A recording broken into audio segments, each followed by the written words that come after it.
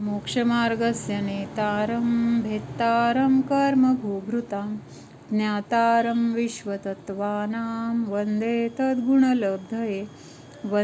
तद्गुणलब्धये। आचार्य उमास्वामी विरचित तत्वार्थ सूत्र मोक्षशास्त्र, पान नंबर आहे 103. सम्यक दर्शन, सम्यक ज्ञान आणि सम्यक चारित्र ह्याच्याबद्दल इथं त्यांनी विशेष माहिती दिलेली आहे. तर ते वाचतोय आपण. पान नंबर आहे 103.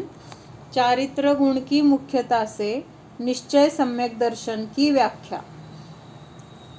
ज्ञान चेतना में ज्ञान शब्द से ज्ञानमय होने के कारण शुद्धात्मा का ग्रहण है और वह शुद्धात्मा जिसके द्वारा अनुभूत होता है उसे ज्ञान चेतना कहते हैं.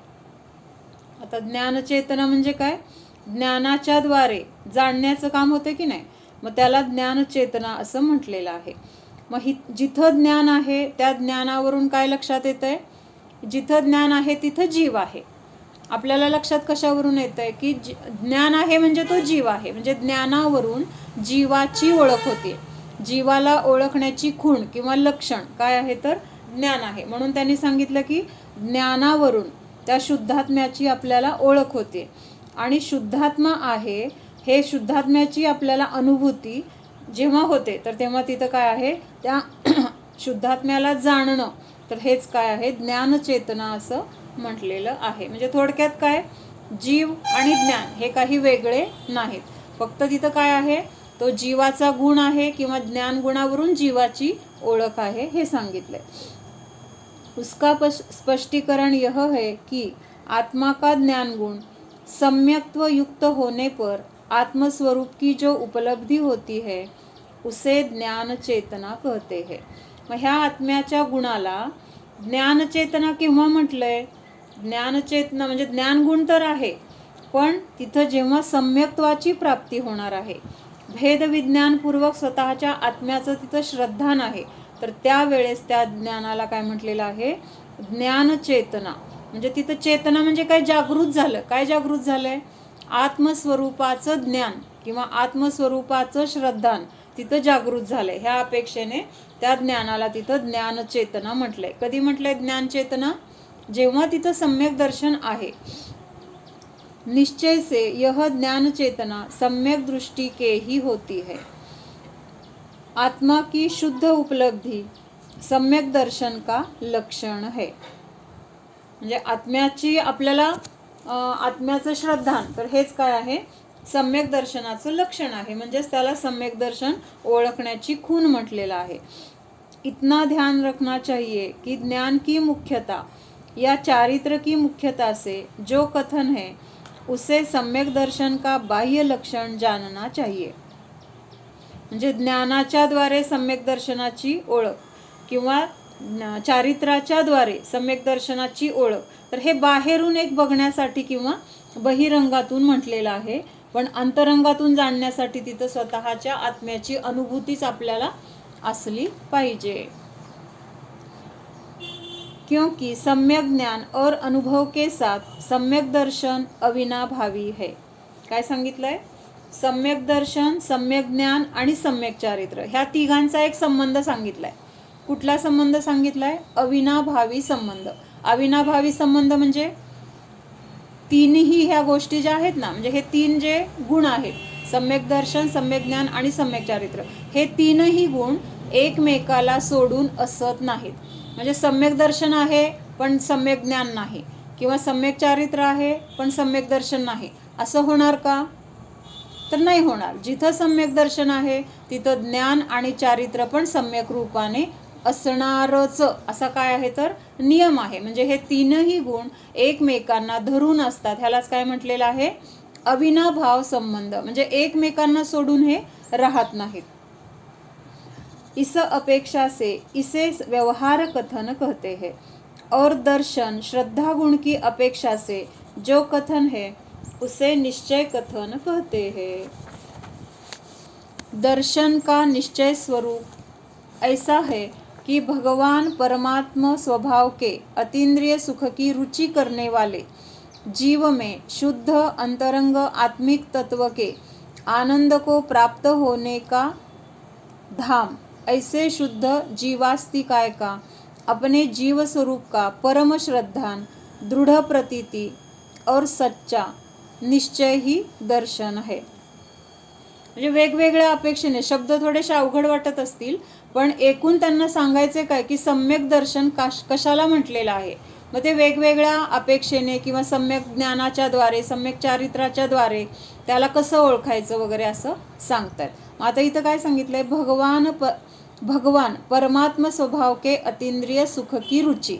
म्हणजे आता अरिहंत सिद्ध भगवान काय करतायत, तर स्वतःच्या आत्मस्वरूपामध्येच काय आहेत तर लीन आहेत, किंवा तिथं काय करतायत ते एक आनंदाची अनुभूती किंवा सुखाचा तिथं अनुभव घेत आहेत.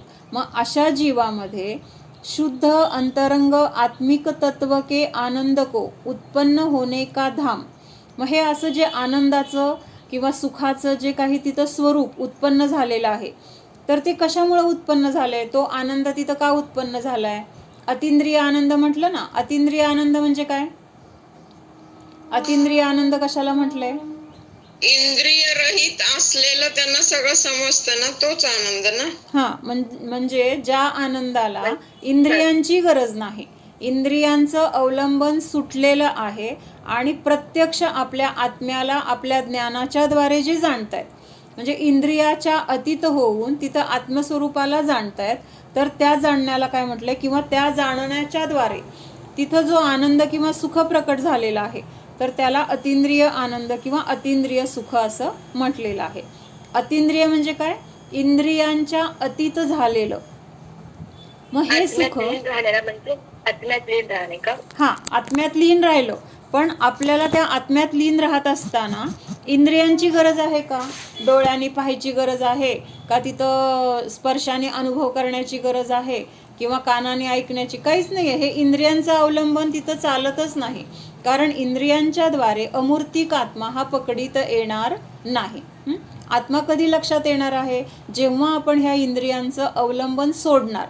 कारण इंद्रियांच्या द्वारे जाणायला गेलं तर आपल्याला लक्षात काय येणार आहे, कशाचं ज्ञान होणार आहे इंद्रियांच्या द्वारे आपण जाणलं तर. पण आपण त्या मती किंवा श्रुत ज्ञानाच्या द्वारे आपण काय जाणलं जाणार आहे, त्याच्याद्वारे काय जाणलं जाणार आहे हा प्रश्न आहे. इंद्रियांच्या द्वारे हा, म्हणजे पुद्गलाला जाणणार हे सांगायचंय. पर आहे बरोबर आहे, पण परामध्ये सुद्धा तिथं पुद्गलाला जाणणार. का पुद्गलाला जाणणार, तर इंद्रिय पुद्गल आहेत. मग पुद्गलाच्या द्वारे जाणलं जाणार, तर काय जाणलं जाणार, पुद्गलच जाणलं जाणार. तिथं अमूर्तिक आत्मा जाणला जाणार नाही. पर आहे असं जाणतोय, ते ज्ञेय आहे असं जाणतोय, तर त्या जाणण्याला पण सम्यक ज्ञानच म्हटलंय. त्याच्यामध्ये माझेपणा किंवा मीपणा नसेल तर ते ज्ञान कसं आहे, सम्यकच म्हटलं आहे. फक्त जर ते माझं आहे, त्याच्यामध्ये एकत्व ममत्व बुद्धी आहे, तर त्यावेळेस तिथं मिथ्या ज्ञान म्हटलंय. पण आता इथं विषय काय चाललाय आपला, की परमात्मा जेव्हा स्वतःच्या आत्म्यामध्ये लीन आहेत, त्यावेळेस तिथं त्यांना जो काही आनंद किंवा सुखाची प्राप्ती झाली आहे, तर ती प्राप्ती कशी झाली आहे, इंद्रियांच्या अतीत होऊन झाली आहे. कारण इंद्रियांच्या द्वारे पुद्गल जाणलं जाणार आहे, अमूर्तिक आत्मा जाणला जाणार नाही. त्यामुळं तिथं आत्म्याला जाणायचे तर पहिल्यांदा इंद्रियांचं अवलंबन सुटलं पाहिजे. आणि असा आनंद कुठं प्राप्त होतोय, तर माझ्या शुद्ध जीव स्वरूपामध्ये प्राप्त होणार आहे, किंवा माझा आनंद माझ्यामध्येच आहे. तो आनंद मला बाहेरून कुठल्याही दुसऱ्या गोष्टींमध्ये किंवा दुसऱ्या गोष्टींच्या द्वारे मला मिळणार नाही, असं पक्क श्रद्धान. तर हेच काय आहे, निश्चय सम्यक दर्शन म्हटलेलं आहे. लक्षात, इंद्रिय आनंद आणि अतींद्रिय सुखाला प्राप्त करण्यासाठी आपल्याला ह्या इंद्रियांची गरज नाही आहे. इंद्रियांच्या द्वारे आपल्याला ते आनंद किंवा ते सुख प्राप्त होणार नाहीये की जे आत्म्यामध्ये आहे. मग असं सुख किंवा असा आनंद माझ्यामध्ये आहे आणि त्याला प्राप्त करण्यासाठी मला इंद्रियांची गरज नाही, हे आपल्याला जेव्हा असं पक्क श्रद्धान होतं, तसं दृढ विश्वास होतो, तर हेच काय म्हटलेलं आहे, सम्यक दर्शन किंवा निश्चय दर्शन असं म्हटलेलं आहे. दर्शन ज्ञान चारित्र संबंधी अनेकांत स्वरूप समझने योग्य है. म्हणजे आता हे वेगवेगळ्या दर्शनाच्या द्वारे, ज्ञानाच्या द्वारे, चारित्राच्या द्वारे तिथं काय सांगितलेलं आहे, आपल्याला सम्यक दर्शन कसं आहे हे सांगितलंय. म्हणजे अनेक बाजूंनी तिथं सम्यक दर्शन दाखवून दिलं. मग तिथं काय सांगितलंय, म्हणून अनेकांत स्वरूप आहे, हे अनेक बाजूंनी सांगितलंय. पण कोणाला सांगितलंय, एका सम्यक दर्शनालाच दाखवून दिलंय. ज्ञानाच्या द्वारे सम्यक दर्शन काय आहे, चारित्राच्या द्वारे सम्यक दर्शन काय आहे, सम्यक दर्शन म्हणजे श्रद्धेच्या द्वारे किंवा ते कसं आहे. तर हे सगळं बघत असताना अनेक बाजूंनी तिथं काय केलेलं आहे, अनेकांत स्वरूपाने तिथं बघितलं आहे. पण जाणलंय कुणाला, एका सम्यक दर्शनालाच जाणलेलं आहे. असं अनेकांत स्वरूपाने पण त्याची सिद्धी केली. सम्यक दर्शन सभी सम्यक दृष्टियों के अर्थात चौथे गुणस्थान से सिद्धों तक सभी तक एक समान है. हे सम्यक दर्शन जे आहे ना, म्हणजे आता सम्यक दर्शन प्राप्त झालं कधी, ज्या वेळेस आपल्याला आत्म्याचं आपल्याला श्रद्धा किंवा अनुभूती झाली, त्या अवस्थेला काय म्हटलेलं आहे, चौथं गुणस्थान म्हटलेलं आहे. अविरत सम्यक दृष्टी. म्हणजे आपल्याला आत्म्याचा तर निर्णय झालाय, पराचा पण निर्णय झालाय की हे माझं नाही.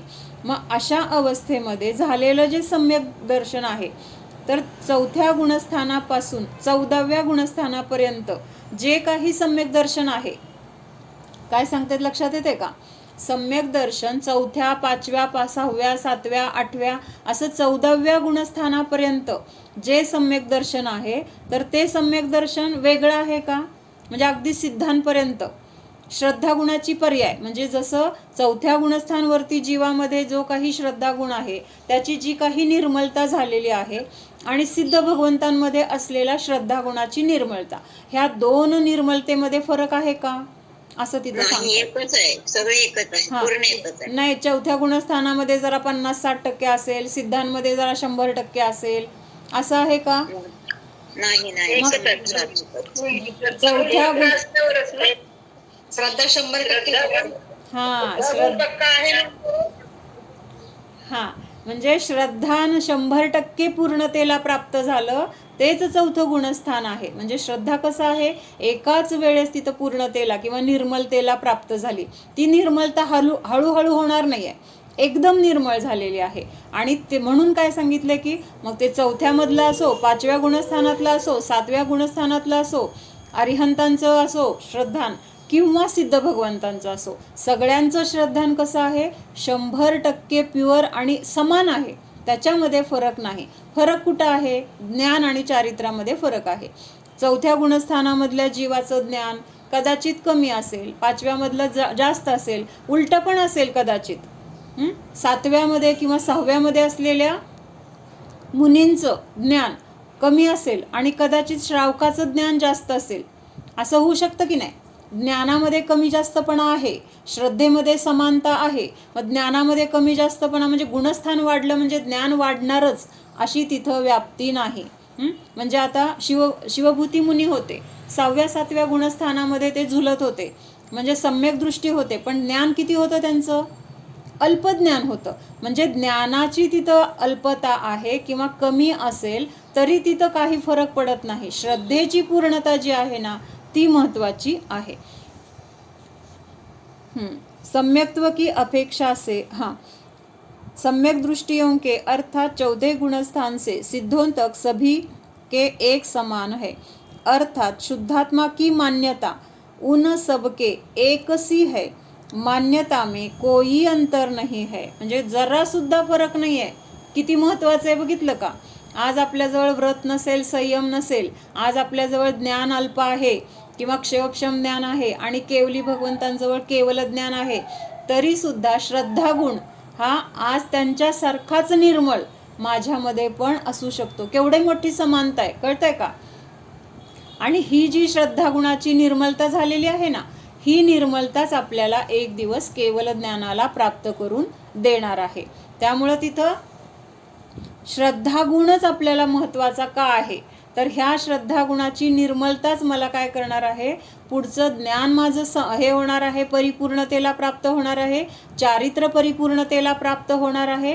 ह्या दोघांची परिपूर्णता होण्यासाठी अगोदर श्रद्धेची परिपूर्णता गरजेची आहे. आणि ती एकदा परिपूर्णता झाली, ती एकाच समयामध्ये होणार आहे, त्याच्यामध्ये वेळ लागणार नाही. प्रकाश येण्यासाठी अंधार घालवायला किती वेळ लागतो? घरामध्ये अंधार आहे आणि आपल्याला आता तिथं उजेड करायचा आहे. मग अंधार समजा आता ते घर आपलं किती समजा वर्षानुवर्ष बंद आहे, दारं खिडक्या काहीच नाही आहेत त्या घराला, म्हणजे जरी बाहेर दिवस असला तरी घरामध्ये अंधारच आहे. मग त्या अंधाराला दूर करण्यासाठी आपण काय केलं? घर उघडलं आणि आता अंधार आपण कसा बाहेर काढायचा आहे? बादलीत भरून बाहेर टाकायचा आहे किंवा काय मशिनरीनी बाहेर काढायचं आहे. त्या अंधाराला बाहेर काढण्यासाठी दार उघडलं की अंधार गेला. दार उघडलं किंवा लाईटचं बटन आत जाऊन लाईटचं बटन दाबलं, त्या क्षणी म्हणजे वर्षानुवर्ष तिथं असलेला अंधार नष्ट झाला. कुठल्या समयात नष्ट झाला? जो समय कशाचा आहे? लाईटचं बटन दाबला तो समय, आणि म्हणजे तिथं प्रकाश उत्पन्न झाला तोच समय काय आहे? अंधाराचा नाश. का अगोदर अंधार निघून गेला आणि मग उजेड झाला? असं नाही. ज्या क्षणामध्ये उजेड झालाय त्याच क्षणामध्ये अंधार गेलाय, किंवा ज्या क्षणामध्ये अंधार गेलाय त्याच क्षणामध्ये तिथं काय आहे? उजेड आहे. मग असं हे श्रद्धान आहे. ज्या क्षणी मिथ्यात्व नष्ट झालंय त्याच क्षणी तिथं सम्यक्त्व, म्हणजे मिथ्यात्व नष्ट होण्याचा समय आणि सम्यक दर्शनाच्या प्राप्तीचा समय, दोन्ही समय काय आहेत? एक आहेत. काल अजून एक उदाहरण ऐकलं मी सचिन जैन त्यांचं, तर त्यांनी सांगितलं की मुलगा आहे आणि वडील आहेत, म्हणजे नाही असं नाही सांगितलं की मुलाचा जन्म झाला. काय झालं? मुलाचा जन्म झाला. मग अगोदर मुलगा झाला का अगोदर त्यांना पिता ही संज्ञा प्राप्त झाली? अगोदर ते वडील म्हटले गेले का अगोदर मुलगा म्हटलं गेलं? कोणाला एका वेळेस, म्हणजे अगोदर कोणाचा जन्म झाला? हा, म्हणजे तिथं हा म्हणजे समयभेद नाहीच एका समयाला. म्हणजे तसं आपल्याला हे उदाहरण का लक्षात येतं? हे उदाहरण म्हणजे ज्या क्षणी मुलाचा जन्म झाला त्या क्षणी तो मुलगा म्हटला गेला, त्याच क्षणी त्याच्या वडिलांना पिता म्हटलं गेलं. म्हणजे दोघांना पण पिता आणि पुत्र ही संज्ञा एका समयामध्ये प्राप्त झाली. तसं हे सम्यक दर्शन जे आहे, तर मिथ्यात्वाचा नाश आणि सम्यक्त्वाचा उत्पाद ह्या दोघांचा समय कसा आहे? एकच आहे. तिथं समयभेद नाही.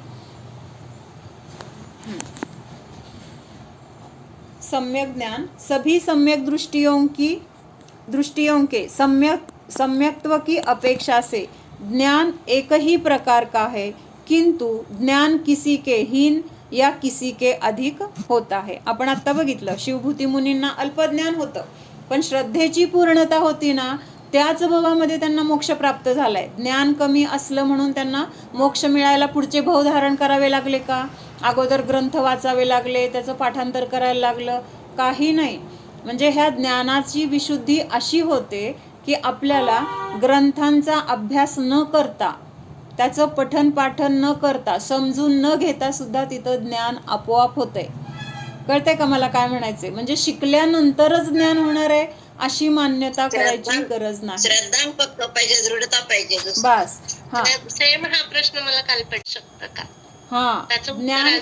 हा, म्हणजे तिथं आता शिवभूती मुनींनी कुठले ग्रंथ वाचले? त्यांनी कुठल्या गुरूंकडे त्यांनी मला हे शिकवा म्हणून बसले? कशाचं पाठांतर केलं? कुठल्या गाथा पाठ केल्या? कुठल्या शब्दार्थांना त्यांनी समजून घेण्याचा प्रयत्न केला? बस एक आत्म्यामध्ये राहिलं की त्यांचं ज्ञानावरण कर्म असं झर झर झर नष्ट होत गेलं, निर्जरा होत गेली, आणि कधी सम्यक हे केवल ज्ञान झालं कळलं नाही. कळतंय का? म्हणजे तिथं आपल्याला ज्ञानाची परिपूर्णता होण्यासाठी तिथं बाहेरून सगळं शिकायलाच पाहिजे, तेव्हा माझ्या ज्ञानामध्ये परिपूर्णता येणार आहे असं नाही. आपलं ज्ञान परिपूर्ण आहेच हे पहिल्यांदा आपल्याला विश्वास ठेवायचा आहे. काय आहे? माझ्यामध्ये ती परिपूर्णता आहेच, फक्त आता फरक काय आहे? त्या ज्ञानावर आवरण आलेलं आहे. कळतंय का? म्हणजे ज्ञान नाही आहे आणि ज्ञान उत्पन्न करायचं आहे असा विषय नाही आहे. त्याच्यावर जे आवरण आलेलं आहे त्यामुळं आत्ता आपल्याला ह्या ग्रंथामधलं ज्ञान होत नाही आहे किंवा आपल्याला लवकर समजत नाही आहे. तर त्याचं कारण आपल्यामध्ये ज्ञान नाही आहे असं नाही आहे. माझ्यामध्ये ज्ञान तर आहे, परिपूर्ण ज्ञान आहे, हा विश्वास अगोदर ठेवायचा आहे, आणि हा विश्वास मग आपल्याला एक दिवस त्या परिपूर्ण ज्ञानाला प्रकट करून देणार आहे. हां, पण त्याच्यासाठी आत्ताच्या भूमिकेमध्ये आपल्याला असं जरी म्हटलं, मग आता मला कशाला स्वाध्याय करायची गरज आहे, मला कशाला आता हे वाचायची गरज आहे, शिकायची गरज आहे, असा त्यातून दुसरा अर्थ काढायचा नाही. आत्ताच्या भूमिकेमध्ये आपलं श्रद्धान तेवढं पक्कं नाही, किंवा आपल्याला सगळं काय आहे, कमजोरी आहे. कशाची कमजोरी आहे? सतत कषायांचे उदय आहेत, कर्माचे उदय आहेत, आणि त्याच्यामध्ये आपण ह्या संसारामध्ये असं घसरतोय, त्याच्यामध्ये आपण सहज अडकतोय. मग हे अडकू नये म्हणून ह्याचं अवलंबन तर आपल्याला घ्यायचं आहे, पण हे अवलंबन घेत असताना मी ज्ञानाने परिपूर्ण आहे हा विश्वास आपल्या मनामध्ये पाहिजे. आणि त्या ज्ञानावर जे आवरण आहे ते आवरण मला, मग हे इथं माझे परिणामाची विशुद्धी ह्या शास्त्राच्या म्हणजे स्वाध्यायाच्या निमित्तामध्ये किंवा शुभक्रियांच्या निमित्तामध्ये काय होणार आहे, तिथं परिणामांची विशुद्धी होणार आहे. आणि मग तिथं काय होणार आहे, ज्ञानाची परिपूर्णता होणार आहे, किंवा ज्ञानावरचं आवरण कमी होणार आहे. आता हे रुद्धिधारी मुनी वगैरे असतात, किंवा आता गंधर आहेत. आता महावीरांच्या समोसरणामध्ये गौतम गंधर आले. गौतम गंधर अगोदर कोण होते? एक ब्राह्मणाचे गुरु होते, म्हणजे ते जैन गुरु पण नव्हते. आणि ते आले, कुठं आले? त्यांना इंद्राने आणलं समोसरणामध्ये. मग समोसरणामध्ये आल्यानंतर अगोदर तर त्यांना खूप गर्व अभिमान होता स्वतःच्या ज्ञानाचा. म्हणजे प्रत्यक्षात तर त्यांना म्हणजे आपलं ज्ञान वगैरे नव्हतं, पूर्वभावातलं संस्कार होते, पण आत्ता त्यांचं ज्ञान किंवा आचरण कसं होतं, सगळं मिथ्या होतं. म्हणून त्यांनी काय अहंकाराने म्हटले, तुझ्या गुरुकडेच मला घेऊन चल, त्यांनाच मी तिथं उत्तर देतो. मग तिथं आल्यानंतर ते मानस्तंभ पाहिल्यानंतरच काय झालं, त्यांचा सगळा गर्व काय झाला, अहंकार नष्ट झाला. पहिल्यांदा अजून गुरूंना पाहायचंय, महावीर भगवंतांचं दर्शन अजून लांब आहे, फक्त एक मानस्तंभाचं दर्शन झालं, तिथंच काय झालं, त्यांचा मान नष्ट झाला. त्यांच्या मान नष्ट झाल्यामुळे तिथं परिणामांमध्ये विशुद्धी झाली. विशुद्धी इतकी वाढत गेली की भगवंतांजवळ पोहोचताच त्यांना तिथं काय झालं, दीक्षेचे भाव झाले. आणि पहिला दीक्षा झाली त्यांची. पहिल्यांदा तिथं काही चर्चा झाली, एकमेकांकडनं काहीतरी देवाणघेवाण झाली, काहीतरी त्यांनी प्रश्न विचारले, त्यांचं समाधान झालं, मग दीक्षा घेतली, असं नाही आहे. तिथं भगवंतांचं दर्शन झालं, त्या क्षणी त्यांनी सगळ्या परिग्रहाचा त्याग केला आहे. त्या क्षणी त्यांना तिथं काय झालेलं आहे, अरे मी कशाचा अहंकार करून बसलो होतो, काय होतं माझ्याजवळ, कसलं ज्ञान, म्हणजे असा सगळा पश्चाताप, परिणामांची विशुद्धी, दीक्षा. आणि दीक्षा झाली की लगेच काय झालंय तिथं, काय झाले लगेच तिथं, मनपर्य ज्ञानाची प्राप्ती झाली त्यांना. मनपर्य ज्ञान. हा, म्हणजे आता मग हे मनपर्य ज्ञान प्राप्त करण्यासाठी त्यांना काय शिकावं लागलं का? ते साध्य करण्यासाठी त्यांना कुठली साधना करावी लागली का? एक परिणामांची विशुद्धी. त्या परिणामांच्या विशुद्धीने त्यांना, म्हणजे त्यांना तर आले तेव्हा फक्त मती आणि श्रुतज्ञान होतं, ते पण कुठलं, कसलं होतं, मिथ्या, सम्यक पण नव्हतं. पण इथं समोसरणात आल्यानंतर तिथं दीक्षा घेतली की लगेच मती श्रुतज्ञान सम्यक झालं, आणि अवधी ज्ञान आणि मनपर्य ज्ञानाची प्राप्ती झाली. आणि तिथं द्वादशांगाचे पाठी झाले. म्हणजे ही जिनवाणी जी एवढी अगाध आहे ना, एक एक सूत्र त्यांचे, म्हणजे सूत्रांग, आचारांग वगैरे, हे जिनवाणीचे जे द्वादशांग आहेत ना, प्रत्येक एक एक एक एक, तर त्याची पदं आपल्याला ते असे 20-20 अंक, 15-15 अंक असे ते एका सूत्राचे किंवा एका ग्रंथाचे त्याच्यामध्ये सूत्र आहेत. म्हणजे एवढे मोठे मोठे ग्रंथ, एवढे मोठे मोठे ते सगळे, सगळ्याचं ज्ञान त्यांना कुठं झालंय, त्या समोसरणामध्ये आले की झालेलं आहे. मग ते ग्रंथ त्यांनी कधी बघितले पण नाही आहेत, वाचले पण नाही आहेत. मग ज्ञान कुठून आलं त्यांना, कुठून आलं ज्ञान? आवरण हटलं की त्यांना ज्ञान आलं. हा, म्हणजे आवरणवरचं कमी झालं की लगेच ते ज्ञान प्रकट झालं. म्हणजे ते ज्ञान आतमध्ये आहे, फक्त ते ज्ञान काय होतं, आवरणामुळे झाकलं होतं, आणि ते प्रकट होण्यासाठी मग तिथं फक्त विशुद्धी बास झाली. म्हणजे परिणामांची विशुद्धी किती महत्व आहे. आवरण कशाने गेलं? परिणामांची विशुद्धी झाली ना.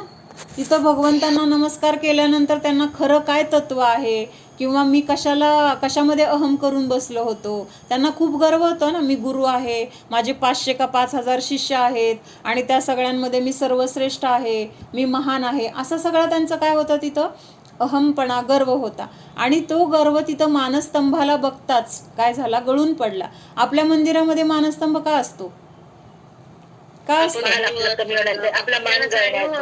तिथं बघून मानस्तंभाला दर्शन, आपण किती छोटे आहेत, असं छोटे आहेत वगैरे असं म्हणल्यापेक्षा बरोबर आहे, एका अपेक्षेने आपल्याला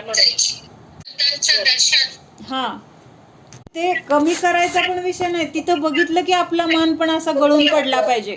कोण आहे मी? एक क्षुल्लक म्हणजे एक किरकोळ कोणीतरी, एक आपलं साधासं श्रावक जो सतत पापक्रियांमध्ये रत आहे, संसारामध्ये मोह किंवा कशाय करण्यामध्ये दिवस घालवतो, 5 प्रकारची पापं करतो. आणि कशाचा गर्व करतोय मी? भगवान तुम्ही कशा आहात ह्या सगळ्यातून मुक्त आहात, म्हणजे तुम्ही किती श्रेष्ठ आहेत, तरी पण तुम्हाला मान कशाय नाही आहे. आणि मी एक छोट्या छोट्या काहीतरी परिग्रहाला धरून मी किती मोठा, असं तिथं आपण स्वतःला काय करतोय, एक त्याच्यामध्ये अहम करतोय. हा सगळा अहम आपला ते मानस्तंभाला बघितलं की गळून जाण्यासाठी, म्हणून तो मानस्तंभ असतो. हां, तर तिथं दर्शन कशामुळं, हे ज्ञानाची प्रकटता कशामुळं आहे, तर परिणामांच्या विशुद्धीने आहे.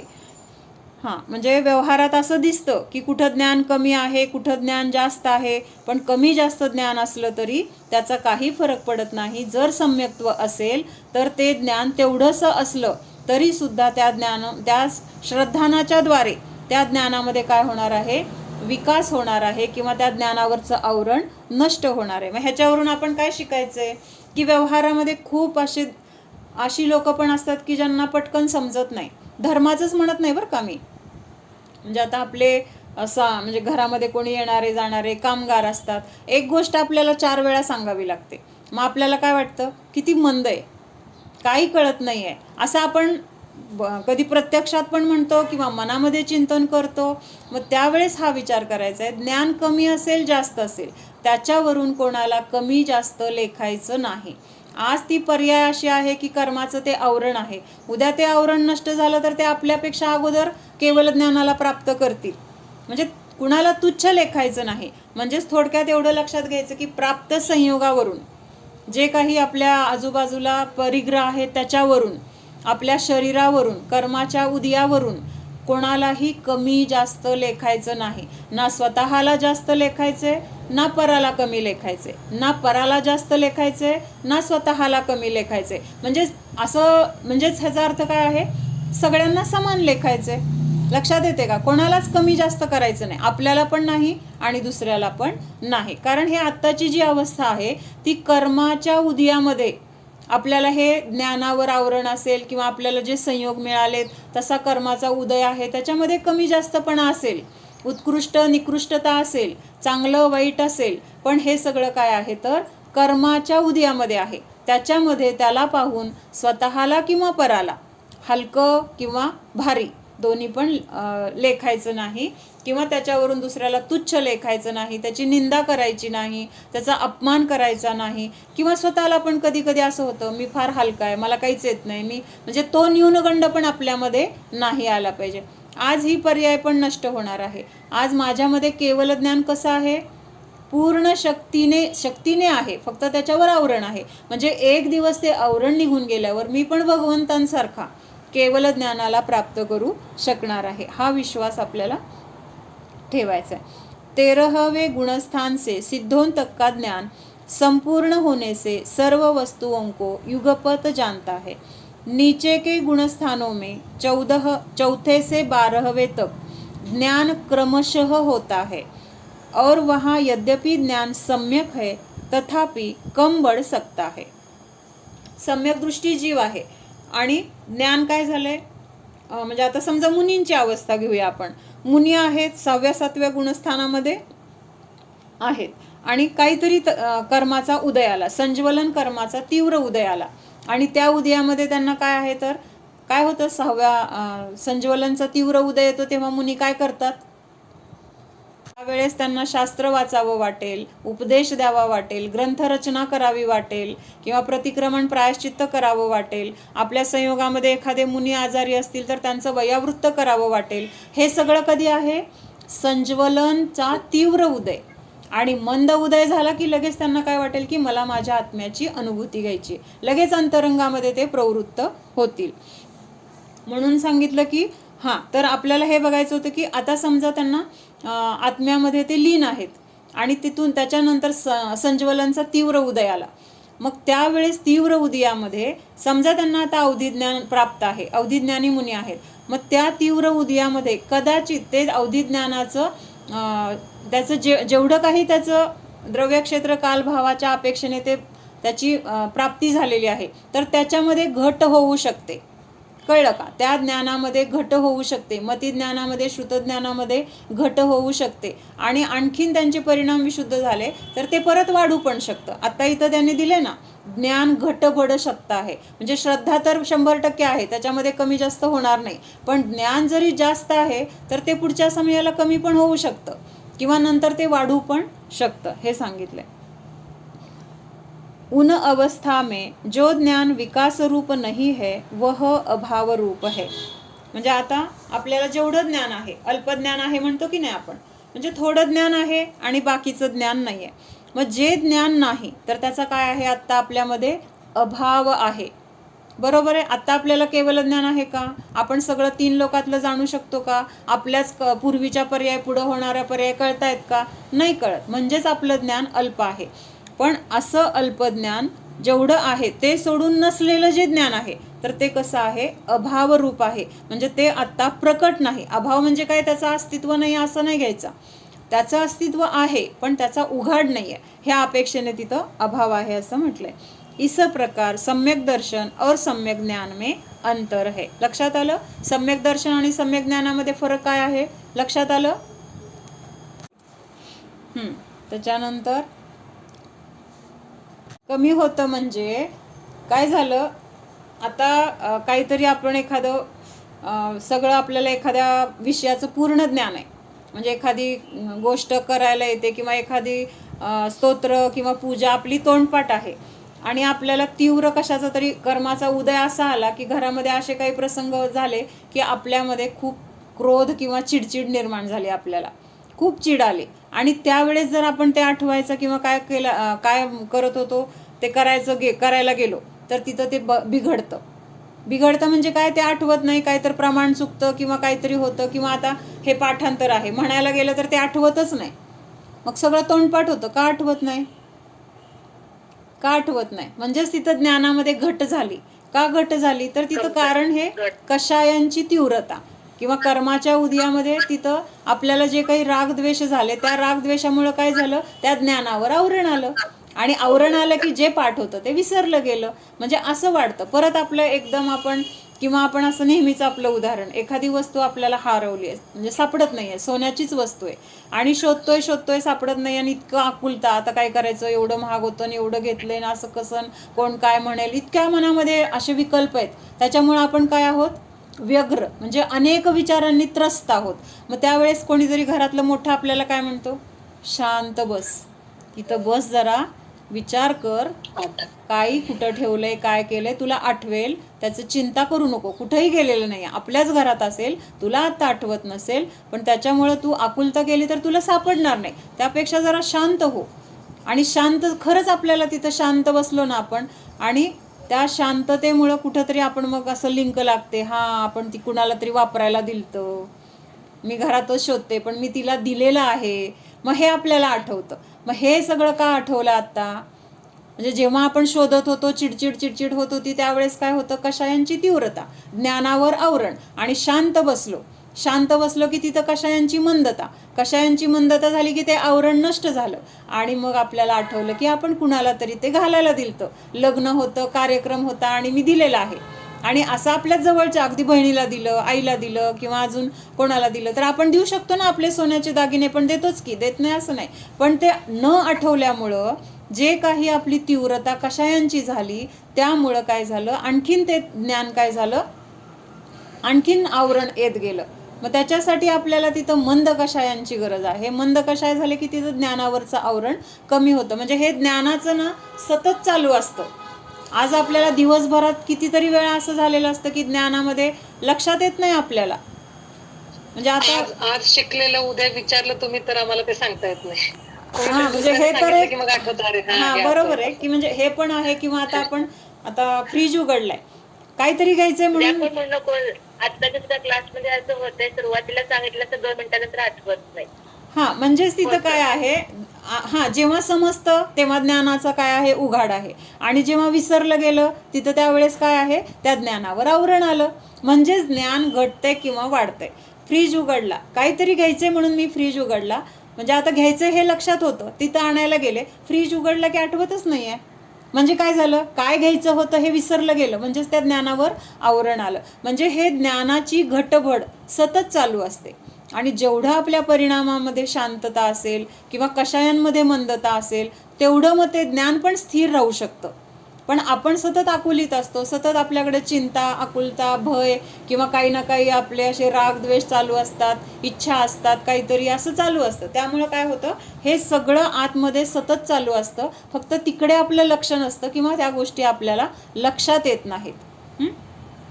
विचारू का, मी त्यातल्या गोष्टी असो, महत्वाच्या गोष्टी असो, जर विसरल्या ना की मी ते म्हणजे तो विचार न करता असं होतं, ठीक आहे मिळेल तेव्हा मिळेल. हे काय आहे? हा, हेच मग कषायांची मंदता आहे. आकुलता न करता ठीक आहे सापडेल किंवा असेल इथंच कुठंतरी, मग आता ते हरवलंय, आता काय करू, कोण काय म्हणेल, काय सांगायचंय, हे एवढं मोठं माझं नुकसान झालं, असं जर विचार आला तर तिथं कषायांची तीव्रता आहे. आणि तिथं आपण असा विचार केला, ठीक आहे सापडेल, ती वेळ आल्यानंतर बरोबर माझ्या लक्षात येईल किंवा कुठं असेल ते मला बरोबर मिळणार आहे, त्याच्यासाठी कशाला मी आकुलता करू, त्याच्यामुळं माझं काय आता फरक पडणार आहे, ते शेवटी परद्रव्यच आहे. असं सगळं चिंतन जर केलं तर ते समजा 2 दिवसांनी सापडणार असलं तर 2 तासांनी सापडतं. नाही, मी चिंतन करत नाही बरं का, पण ते मनाने आपोआप सापडतं, मी विषयच घेत नाही. हा, मग तेच ते, म्हणजे असं मग आपल्याला ती ऑटोमॅटिक आपल्याला सवय पण होऊन जाते. सवय होऊन जाते म्हणजे तसं चिंतन होऊन जातं आपल्याकडून. हाँ ठीक है. सम्यक चारित्र, सभी सम्यक दृष्टियों के जो कुछ भी चारित्र प्रकट हुआ हो सो सम्यक है. म्हणजे आता इथं सगळ्या सम्यक दृष्टीचाच विषय आहे बरं का. ज्यांना सम्यक दर्शन नाही ते व्रत चारित्र करतायत तर त्याची इथं अपेक्षा नाही. जे सम्यक दर्शन युक्त व्रत नियम संयम धारण करणारे तर त्यांचाच इथं काय आहे, विषय आहे. सभी सम्यक दृष्टियों के जो कुछ भी चारित्र प्रकट हुआ हो सो सम्यक है. जो 10वें गुणस्थान तक प्रकट नहीं हुआ सो विभाव रूप है. म्हणजे हे चारित्र पण कसं आहे, ज्ञानानुसार जसं ज्ञान क्रमाक्रमाने वाढतंय तसंच हे चारित्र पण काय आहे, क्रमाक्रमाने वाढत जाणार आहे. आणि 10व्या गुणस्थानापर्यंत प्रकट होत नाही. कुठलं प्रकट होत नाही तर यथाख्यात चारित्र म्हणा किंवा यथाख्यात चारित्र, तर तोपर्यंतचं मग हे ज्ञान चारित्र कसं म्हटलेलं आहे, विभावरूप. विभावरूप का म्हटलेलं आहे, तोपर्यंत कशाय आहेत, 10व्या गुणस्थानापर्यंत कुठले कशाय आहेत, कुठले कशाय, संज्वलन म्हणायचे मला, म्हणजे संज्वलनचे पहिले तर अनंत अनुबंधी वगैरे हे सगळे तर गेलेले आहेत. म्हणजे आता तिथं जो काही सूक्ष्म लोभ आहे तर तो कशाचा आहे, संज्वलन पैकी आहे, संज्वलन प्रकारचा आहे. मग तिथं जोपर्यंत हे जात नाही संज्वलन लोभ वगैरे तर तोपर्यंत तिथं काय आहे, जे चारित्र आहे तर ते कषायांमुळे तिथं विभावरूप म्हटलेलं आहे. आणि मग 13व्या गुणस्थानामध्ये किंवा 10व्या नंतर 11, 12, 13 ह्या सगळ्या गुणस्थानामध्ये मग काय म्हटलेलं आहे, यथाख्यात चारित्र. यथाख्यात चारित्र म्हणजे काय, जसं आहे तसं योग्य चारित्र, जीवाचं जसं स्वरूप आहे त्या स्वरूपामध्ये जीव राहतोय तर त्या तिथं काय म्हटलेलं आहे, मग सम्यक चारित्र खऱ्या अर्थाने पूर्णपणे प्रकट आहे असं म्हटलं जाईल. 13वें गुणस्थान में अनुजीवी योग गुण कंपन रूप होने से विभाव रूप है और वहाँ प्रतिजीवी गुण बिल्कुल प्रकट नहीं है. 14वें गुणस्थान में भी उपादान की कचास है इसलिए वहाँ औदयिक भाव है. आता अणुजीवी गुण कशाला म्हटलंय आणि प्रतिजीवी गुण कशाला म्हटलंय, कोण सांगतंय. म्हणजे जे अस्थिरूपाने जीवामध्ये आहेत, त्यांचं अस्तित्व आहे तर त्या गुणांना काय म्हटलंय, अणुजीवी. म्हणजे ज्ञान दर्शन सुख चारित्र ह्यांना अणुजीवी गुण म्हटलेलं आहे. काय म्हटलंय, अणुजीवी. म्हणजे त्या ज्ञान गुण आहे, दर्शन गुण आहे, चारित्र गुण आहे म्हणून ह्यांना अणुजीवी म्हटलंय. आणि प्रतिजीवी कशाला म्हटलंय, अभावरूप गुण जे आहेत, काय म्हटलेलं आहे, अभावरूप. म्हणजे हे नाही ते नाही असं म्हटलं जातं तर त्याला प्रतिजीवी गुण असं म्हटलेलं आहे. हे आपण विषय एकदा नंतर घेऊया नीट, आता थोडक्यात सांगते. म्हणजे एवढं लक्षात ठेवा. अणुजीवी म्हणजे जे मुख्य गुण त्यांचं अस्तित्व आहे आणि त्यामुळं त्यांना तिथं अणुजीवी म्हटलंय. आणि ज्यांच्या नास्तित्वामध्ये जीवाचे गुण प्रकट होतात. म्हणजे आता हे पुढचे जे अघाती कर्म आहेत ना, अघाती कर्म नष्ट झाल्यानंतर तिथं जे गुण प्रकट झालेले आहेत त्यांना प्रतिजीवी गुण म्हटलेलं आहे. घाती कर्माच्या निमित्तात प्रकट झालेले गुणांना काय म्हटलंय? अणुजीवी. आणि अघाती कर्माच्या म्हणजे नष्ट झाल्यानंतर त्याच्या निमित्तात प्रकट झालेल्या गुणांना प्रतिजीवी गुण म्हटलेलं आहे. एवढं लक्षात ठेवा. बाकीचं आपण नंतर बघूया. म्हणजे एकाचा सद्भाव रूप आहे आणि एकाचा अभाव रूप आहे. परत एकदा सांग. घाती कर्माचा नाश झाल्यानंतर जीवाचे जे गुण आहेत ना, म्हणजे ज्ञान, दर्शन, सुख, वीर्य, तर ह्या गुणांना काय म्हटलेलं आहे? अणुजीवी गुण. अघाती कर्मांचा नाश झाल्यानंतर जीवाचे जे गुण आहेत प्रकट झालेले, तर त्यांना प्रतिजीवी गुण असं म्हटलेलं आहे. म्हणजे ते अव्याबाधत्व, सूक्ष्मत्व, अगुरु लघुत्व, हे गुणांना ह्यांना काय म्हटलेलं आहे? तर प्रतिजीवी गुण असं म्हटलेलं आहे. तर ह्याच्याबद्दलचं आपण डिटेल नंतर बघूया. त्याच्यानंतर पुढे सांगितलं की 14वें गुणस्थान में उपादान की कचास है, इसलिए वहाँ औदयिक भाव है. म्हणजे आता तिथं अरिहंत भगवंतांना काय आहे? सगळं केवल ज्ञान प्राप्त झालंय किंवा घाती कर्मांचा नाश झालेला आहे, परंतु अजून तिथं काय आहे? वेदनीय कर्म आहे. वेदनीय कर्माचं उदय चालू आहे की नाही, म्हणजे 7 वेदनीय कर्माचा उदय चालू आहे, किंवा अजून तिथं सिद्ध अवस्था होण्याची वेळ आलेली नाही, म्हणजे त्यांचं आयुकर्म पण आहे. आणि त्यामुळे तिथं काय म्हटलेलं आहे? सिद्ध अवस्था प्रकट होण्याची अजून तिथं काय आहे? तेवढं उपादान तिथं नाही आहे अजून. ते उपादान कधी होणार आहे? आयुकर्म संपणार आहे किंवा बाकीचे त्यांचे अघाती कर्म जे आहेत ते अघाती कर्म नष्ट झालं की तिथं सिद्ध अवस्था प्राप्त होणार आहे. मग ही सिद्ध अवस्था जोपर्यंत प्राप्त होत नाही तोपर्यंत तिथं काय म्हटलेलं आहे? उपादान की कचास. कचास म्हणजे काय? कमतरता आहे. कशाची कमतरता आहे? सिद्ध अवस्था प्रकट होण्याचं जे उपादान आहे त्या उपादानाची तिथं कमतरता आहे असं सांगितलंय 14व्या गुणस्थानामध्ये. आणि त्यामुळं तिथं जो भाव आहे अरिहंतांचा त्याला उपचाराने औदयिक भाव असं म्हटलेलं आहे. औदयिक भाव म्हणजे काय? कर्माच्या उदयामध्ये उत्पन्न होणारे जे भाव आहेत तर त्याला औदयिक भाव म्हटलं जातं. हे आपण आता पुढच्या अध्यायामध्ये येणार आहे. जहाँ सम्यक दर्शन है वहाँ सम्यक ज्ञान और स्वरूपाचरण चारित्र का अंश अभेद रूप होता है. काय सांगितलंय? सम्यक दर्शन आहे तिथं सम्यक ज्ञान आहे, सम्यक ज्ञान आहे तिथं सम्यक चारित्र आहे. मग अशी आपण बघितलं ह्या तिघांचा अविनाभाव संबंध आहे. म्हणजे सम्यक दर्शन आहे असं म्हटलं की तिथं जरी आपण नाही सांगितलं की सम्यक ज्ञान पण आहे, सम्यक चारित्र पण आहे, हे न सांगता सुद्धा तिथं त्यांचं अस्तित्व आहे हे गृहीत आहे. कळलं का? सम्यक दर्शन आलं म्हणलं की त्याच्याबरोबर हे दोन आहेतच त्याच्यासोबत.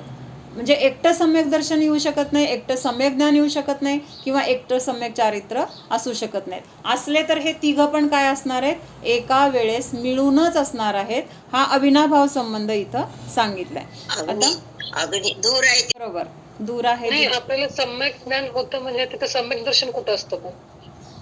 दर्शन होतं ना त्यावेळेस, सम्यक दर्शन झाल्यानंतर त्यावेळेस तिथं जे ज्ञान आहे ना त्या जीवामध्ये त्या ज्ञानाला सम्यक ज्ञान म्हटलंय. त्यावेळेस ते जे चारित्र आहे ना त्या चारित्रालाच तिथं काय म्हटलेलं आहे? सम्यक चारित्र. आता आपण काल बघितलं की नाही की अगोदर सगळं ज्ञान होतं आपल्याला.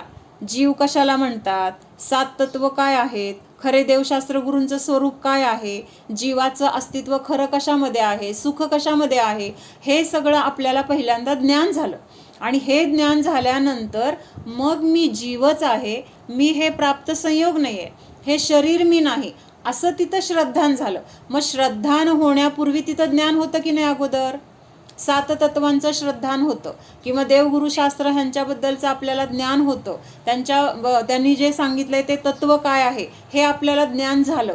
आणि हे ज्ञान झाल्यानंतर मग कळलं की माझं काय आहे आणि माझं काय नाही, हे ज्ञान झालं. आणि हे ज्ञान झाल्यानंतर श्रद्धा गुणाने काय केलं की जे माझं आहे त्याच्यामध्ये अहम केला, हे मी. आता मागं एक खूप दिवसापूर्वी उदाहरण सांगितलं होतं, परत एकदा बघूया. शांतीपथ प्रदर्शन नावाचं एक पुस्तक आहे, जिनेंद्र वर्णींनी लिहिलेलं आहे. त्याच्यामध्ये हे उदाहरण आलेलं आहे की एका जंगलामध्ये एक माणूस हरवलाय. काय झालंय? हरवलाय. आणि तो खूप शोधतोय, इकडं बघ तिकडं बघ, सगळीकडं दिवस, 2 दिवस, 8 दिवस काय असेल तो तिथं जंगलामध्ये फिरला, तरी त्याला काय झालं? वाट सापडली नाही. आणि मग त्यानंतर 4-8 दिवसांनी तिथं काय एक माणूस तिथं जंगलामध्ये त्यांना भेटला. कुणाला? जो माणूस रस्ता शोधतोय त्याला. मग त्या माणसाला त्यांनी विचारलं की मी असं इथं अडकलोय, मला माझ्या घरी जायचंय किंवा अमुक अमुक ठिकाणी माझं घर आहे आणि मला रस्ता मिळेल का? तुम्हाला माहित आहे का? रस्ता सांगू शकता का? मग तो म्हटला, हे काय? म्हटलं जवळ तर आहे, तुम्ही कसं काय एवढे दिवस तुम्हाला सापडलं नाही? मग त्यांनी सांगितलं की तुम्ही असं इथून सरळ 10 मिनिटं चालत जावा, तिथं गेल्यानंतर तुम्हाला एक मोठं झाड दिसेल, मग तिथून त्या झाडापासून तुम्ही डावीकडे वळा, तिथं गेल्यानंतर तुम्हाला असं काहीतरी वारुळासारखं काहीतरी मोठं आहे किंवा टेकडीसारखं आहे ते दिसेल. त्याच्यानंतर पुढं अजून तुम्ही सरळ एवढं जावा आणि मग पुढं गेल्यानंतर तिथं तुम्हाला एक छोटीशी पायवाट दिसेल, त्या पायवाटीने जावा की तुम्हाला तिथं मुख्य सडकेपर्यंत तो रस्ता तुम्हाला पोहोचेल. आणि त्या मुख्य रस्त्याला गेल्यानंतर परत दिशा सांगतो, ह्या दिशेला एवढं चाला तुम्ही, अर्धा तास, पाऊण तास, मग तिथं तुम्हाला एक गाव सापडेल. आणि मग ते गावामध्ये गेल्यानंतर तुम्हाला कुणाकडे जायचं किंवा काय करायचं ते तिथं गेल्यानंतर तुम्ही बघा. मग आता त्या माणसांनी ह्याला व्यवस्थित मार्ग सांगितलाय. मी हे उदाहरणासाठी सांगते बरं का. टेकडी असेल, झाड असेल, त्यांनी जे काय सांगितलं आपल्याला फक्त त्यातनं सार काय बघायचं आहे ते महत्त्वाचं आहे. मग आता त्या माणसांनी सांगितल्यानंतर ह्याचा लगेच त्याच्यावर विश्वास बसला का? आता ज्ञान झालंय त्याला. ज्ञान काय झालंय त्याला? की रस्त्यापर्यंत कसं जायचं आणि रस्त्याचं म्हणजे आपल्याला तिथं जायला रस्ता पण आहे हे पण ज्ञान झालंय, कसं जायचं हे पण झालंय, मध्ये आधे काय काय खुणा लागणार आहेत हे पण त्यांनी सांगितलंय, ह्याचं पण ज्ञान झालंय. पण आता त्या माणसांनी जे सांगितलंय ते ज्ञान झालं असलं तरी त्याच्यावर विश्वास आहे का? विश्वास आहे का? त्याला ठेवावंच लागेल ना विश्वास. ठेवावा लागेल, पण पूर्ण विश्वास आहे का? खात्रीने. आता माझं मिळालीच मला, आता माझं जे काय तिथं आपण असा चलबिचल आहे तिथं अजून. काय म्हटले? मग तो आत्ता कसा आहे माहिती का? डळमळीत त्याचं हे आहे. काय माहिती तो माणूस लुटारू असेल, मला जिथं जायला सांगितले तिथं त्याची टोळी असेल, तिथं मला पकडून त्यांनी माझे अवयवच काढून घेतले, त्यांनी मला कुठंतरी नेऊन विकून टाकलं, काहीतरी केलं, म्हणजे असे 100 विचार येणार. भले त्याच्याकडे पैसे असतील नसतील किंवा पैसे असले तर ते मला लुटल, अशा सगळ्या बाजूनी त्याला काय आहे? भीती आहे. पण पर्याय नाही आहे दुसरा. म्हणून तो काय म्हणतो, बघू तरी, त्यांनी सांगितलंय तसं चालून. मग परत काय केलं? चालायला त्यांनी सुरुवात केली. मग ठराविक अंतर चालून गेल्यानंतर पहिली खूण लागली, आहे झाड लागलं, मग चला आता पुढं पण जाऊया, मग ते पण पुढचं लागलं. असं करत करत करत काय झालं? ती छोटी पायवाट लागली आणि मग त्या पायवाटेच्या तिथून गेलं की त्याला मुख्य रस्ता, सडक लागली. सडकेवरून पण चालत गेल्यानंतर थोडं तिथं त्याला मग ते गाव दिसलं, कुठंतरी झेंडा दिसला, कुठंतरी ते अशी घरं लांबणं दिसली. आणि आता त्याच्या मनामध्ये जो विश्वास आहे त्या रस्त्याबद्दलचा, तो विश्वास आधी होता का? मग ज्ञान होतं की त्याला? ज्ञान आधी होतं, पण त्या ज्ञानामध्ये दृढता नव्हती, विश्वास नव्हता, खात्री नव्हती की हा रस्ता बरोबरच आहे. ज्ञान असलं तरी त्या ज्ञानामध्ये जेव्हा हा विश्वास असेल, श्रद्धा नसेल, तेव्हा तिथं काय म्हटलेलं आहे? त्या ज्ञानाला सम्यक म्हटलेलं आहे. आता ज्ञान आणि म्हणजे अगोदर ज्ञान असलं तरी त्याला मिथ्या का म्हटलंय आणि श्रद्धान झाल्यानंतर त्याच ज्ञानाला सम्यक का म्हटलंय? लक्षात आलं? आता त्याला जे ज्ञान झाले ना त्या रस्त्याचं, स्वतः तिथून तो चालून गेलाय. आता त्याला कुणी सांगितलं जरी हे ते चुकीचा रस्ता आहे, पण तो विश्वास नाही ठेवणार. त्याचं असं पक्क श्रद्धान झालंय कारण त्यांनी स्वतः त्याचा अनुभव घेतलाय. त्यामुळं त्याला तिथं आता कुणी सांगायची गरज नाही आहे किंवा त्याचं श्रद्धान कुणी बदलायचं म्हटलं तरी बदलू शकणार नाही आहे. त्यांनी स्वतः ते अनुभव घेतलाय. त्यामुळं अनुभव घेतल्यानंतर त्याचं जे श्रद्धान, हा रस्ता बरोबरच आहे, ह्या रस्त्याने मी माझ्या जिथं मला जायचं त्या ठिकाणी पोहोचलो किंवा पोहोचू शकतो, म्हणजे तो मार्ग योग्य आहे, आणि हे श्रद्धान झालंय. आणि मग हे श्रद्धान झाल्यानंतर ते ज्ञान कसं झालंय? त्याला सम्यक म्हटलंय.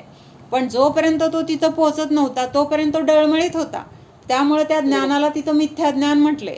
आणि तिथं खात्री जेव्हा त्याची पटली, म्हणजे श्रद्धा आणि ज्ञान दोघांचं कार्य कसं वेगळं आहे कळतंय का? हम्म. दोन गुणांचं कार्य आहे. मग ह्या श्रद्धा गुणामुळे त्या ज्ञान गुणाला किंमत आहे, त्यावेळेस त्या चारित्राला किंमत आहे.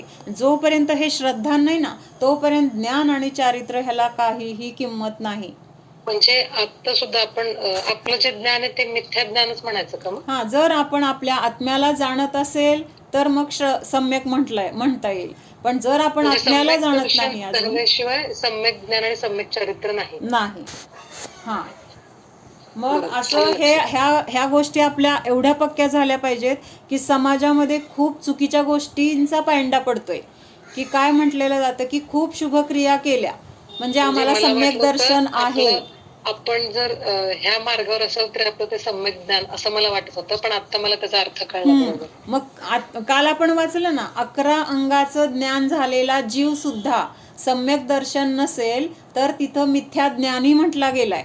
मग आत्ताचं आपलं तर काय एखाद दुसरा ग्रंथ 4-5 ग्रंथ वाचले असतील आपण फार तर, म्हणजे ते सुद्धा आपल्याला पूर्ण त्याच्यातलं आहे तसं समजत नाहीये. आपल्या बुद्धीने आपण अर्थ काढतोय तर ते चुकीचे अर्थ होऊ शकतात. म्हणजे एवढं असून आपण आपल्याला सम्यक ज्ञानी कसं काय म्हणू शकतो? ते 11 अंगाचं ज्ञान म्हणजे केवढं मोठ्या जिनवाणीचं ज्ञान आहे त्यांना, तरी सुद्धा त्यांच्या ज्ञानाला मिथ्या ज्ञान म्हटलंय. मग आपण कोण? कळतंय का? म्हणून महत्त्व कशाला आहे? ज्ञानाला महत्त्व तेव्हा येणार आहे जेव्हा तिथं सम्यक दर्शन असेल. म्हणून प्रयत्न कशाचा करायचा आहे? सम्यक दर्शन प्राप्तीचा प्रयत्न करायचा आहे. पण त्याच्याबरोबर स्वाध्याय ज्ञान मिळवण्याचं पण म्हणजे सोडायचं नाही आहे, कारण हे ज्ञानच आपल्याला दाखवून देणार आहे माझं काय आहे आणि माझं काय नाही. सम्यक दर्शन झाल्यावर ते सम्यक चारित्र म्हणजे आपल्या आचरणातलं म्हणजे सम्यक चारित्र. म्हणजे आता आचरण तिथं म्हणजे इथं आलंय ना आता स्वरूपाचरण चारित्र. जेव्हा एखादा जीव व्रत नियम संयमाने रहित आहे आणि त्यावेळेस त्याला काय झालं? आत्म्याची अनुभूती झाली, आत्म्याला जाणलं. म्हणजे काय झालं? त्यांनी आत्म्यामध्ये वास केला. त्यावेळेस आत्म्या म्हणजे बाकीचे बाहेरच्या क्रिया, शरीर, शुभ अशुभ भाव ह्याच्यापासून विरक्त होऊन त्यांनी आत्म्यामध्ये काय केलंय? चरण केलंय. चरण केले म्हणजे आत्म्यामध्ये आचरण, आत्म्याचा अनुभव घेतलेला आहे. मग त्यावेळेस आत्म्याचा अनुभव घेतोय हे चारित्र आहे. कळतंय का? आत्म्याचा अनुभव घेतोय हे चारित्र आहे. मग त्यावेळेस व्रत नियम संयम तर नाही आहे, मग त्याला चारित्र. आता आपल्याला कशी सवय आहे, जर नियम वगैरे असेल तरच त्याचं चारित्र म्हटलं जाईल. पण अजून आपल्या शरीराने आपण जे केलं जातं ना, म्हणजे व्रत म्हणा, काय उपास तापास, म्हणजे ते नव्हे का चारित्र? म्हणजे ते चारित्र म्हटलं जाईल, पण ते एकतर कसं आहे, व्यवहार चारित्र आहे ते, म्हणजे निश्चय चारित्र नाहीच. आणि निश्चय चारित्र म्हणजे काय तर स्वतःच्या आत्म्यामध्ये राहणं, हे खरं चारित्र आहे. मग ह्याच्याबरोबर जेव्हा हे व्रत नियम संयम असतात तर त्यावेळेस त्याला पण सम्यक चारित्र उपचाराने म्हटलं जाईल. पण जर सम्यक दर्शनच नसेल आणि बाहेरून 16 उपवास केले, बाहेरून अजून काय काय सगळं काही आपण रोज षटक्रिया केल्या, पण तिथं काहीही त्याचा उपयोग किंवा त्याला सम्यक चारित्र म्हटलं जाणार नाही. मग जेव्हा आपल्याला सम्यक दर्शन झालंय, अजून व्रत नियम संयम नाहीये, पण आत्म्याचा अनुभव घेतोय, त्यावेळेस चारित्र आहे. कुठलं चारित्र म्हटलंय त्याला? स्वरूपाचरण चारित्र. स्वरूपामध्ये चरण केलं. चरण केले म्हणजे काय? स्वरूपामध्ये आचरण म्हणजे अनुभव घेतलाय, स्वरूपामध्ये राहिलोय. मग ह्या अपेक्षेने काय म्हटलेलं आहे? स्वरूपाचरण चारित्र. कारण हे स्वरूपाचरण चारित्र ह्याचा अनुभव घेणं हेच सम्यक दर्शन आहे. आत्म्याचा अनुभव घेणं हेच सम्यक दर्शन आहे. आत्म्याचा अनुभव घेतोय हे चारित्र पण आहे. आपलं ज्ञान त्यावेळेस तिथं आहे, सम्यक ज्ञान पण आहे. म्हणजे असं सगळं काय आहे, एकाच वेळेस तिथं तिघांचं पण अस्तित्व आहे. पण आता असं सगळीकडं आहे बरं का, हे लक्षात घ्या. ह्याच्यावरूनच आपल्यामध्ये मतभेद झालेले आहेत. खूप जण काय म्हणतात की 7व्या गुणस्थानामध्येच हे आपल्याला स्वरूपाचरण चारित्र होते. कळतंय का? म्हणजे हा सगळ्यात मोठा वादाचा विषय आहे. म्हणजे आपल्याला तिथं त्याच्यामध्ये पडायचं नाही आहे. पण कधी कधी आपलं पण कन्फ्युजन होऊ शकतं की एवढे मोठी लोक सांगतायत 7व्या गुणस्थानामध्येच अनुभूती आहे, 7व्या गुणस्थानामध्ये स्वरूपाचरण चारित्र आहे, असं कसं काय? पण मग ते 4थ्या गुणस्थानात तर सांगितलं ना सम्यक दर्शन होतंय म्हणून. हा, मग आहे ना, पण ते मानत नाहीयेत. कारण म्हणजे त्यांची मान्यता चुकीची आहे किंवा ते काय मानतायत हा विषय आपल्याला घ्यायचा नाहीये. पण ते असं म्हणतायत तर हे पूर्ण काय आहे? आगमाच्या विरुद्ध आहे. कळतंय का? कारण सम्यक दर्शनच कशाला म्हटलेलं आहे? आत्म्याची अनुभूती. आत्म्याची अनुभूती म्हणजेच काय? स्वरूपाचरण चारित्र, स्वरूपामध्ये राहणं. काय चारित्र म्हणजे काय? स्वरूपामध्ये राहणं. स्वरूपामध्ये राहिलं त्यावेळेसच तिथं सम्यक दर्शन झालंय. त्या ज्ञानाला सम्यक ज्ञान म्हटलेलं आहे. आणि मग तिथं चारित्र असताना मग असं कसं होऊ शकेल की सम्यक दर्शन तर आहे आणि चारित्र नाही आहे? आपण मगापासून बघतोय की नाही, सम्यक दर्शन, सम्यक ज्ञान, सम्यक चारित्र ह्यांचा अविनाभाव संबंध आहे. मग सम्यक दर्शन आहे आणि सम्यक चारित्र नाही आहे, असं कसं? आता ही गुणस्थानं तर आहेत, म्हणजे चौथ्या गुणस्थानाचं नाव काय आहे? अविरत सम्यक दृष्टी. सम्यक दृष्टी म्हणजे तिथं सम्यक दर्शन प्राप्त झालेलं आहे. अविरतचा अर्थ काय होतो? व्रत, नियम, संयम नाही आहे, म्हणून तिथं अजून विरती नाही आहे, विरक्ती नाही आहे 5 पापापासून किंवा जे काही.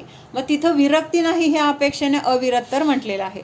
पण तिथं सम्यक दर्शन आहे हे मान्य आहे, मग तिथं चारित्राला काय प्रॉब्लेम आहे?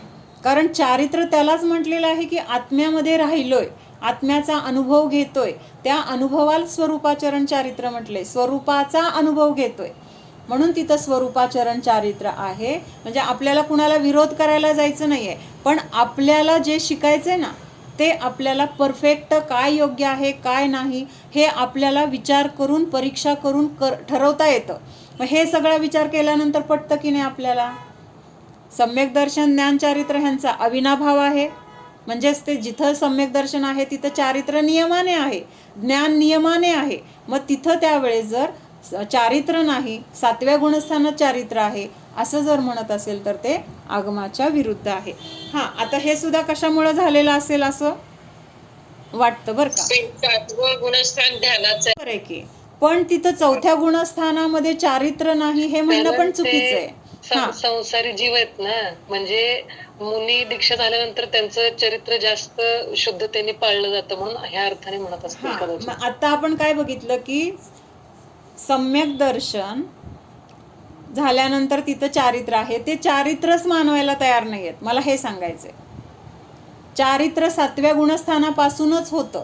हां, इथं असं आहे की 4थ्या गुणस्थानामध्ये अनुभूती किंवा आत्म्याला जाणण्याचा काळ हा थोडा आहे, किंवा तिथं तेवढी स्थिरता नाही आहे जेवढी मुनींमध्ये आहे. मग मुनींचा आत्मानुभवाचा काळ जास्त आहे. मग तिथं कमी जास्त म्हणा, काय म्हणायचं मला कळतंय का? 4थ्यामध्ये खूप कमी आहे, 4थ्यामध्ये कणभर आहे आणि 7व्यामध्ये पाटीभर आहे. पण कणभर साखर असेल किंवा पाठीभर साखर असेल, दोन्हीच्या स्वादामध्ये फरक आहे का?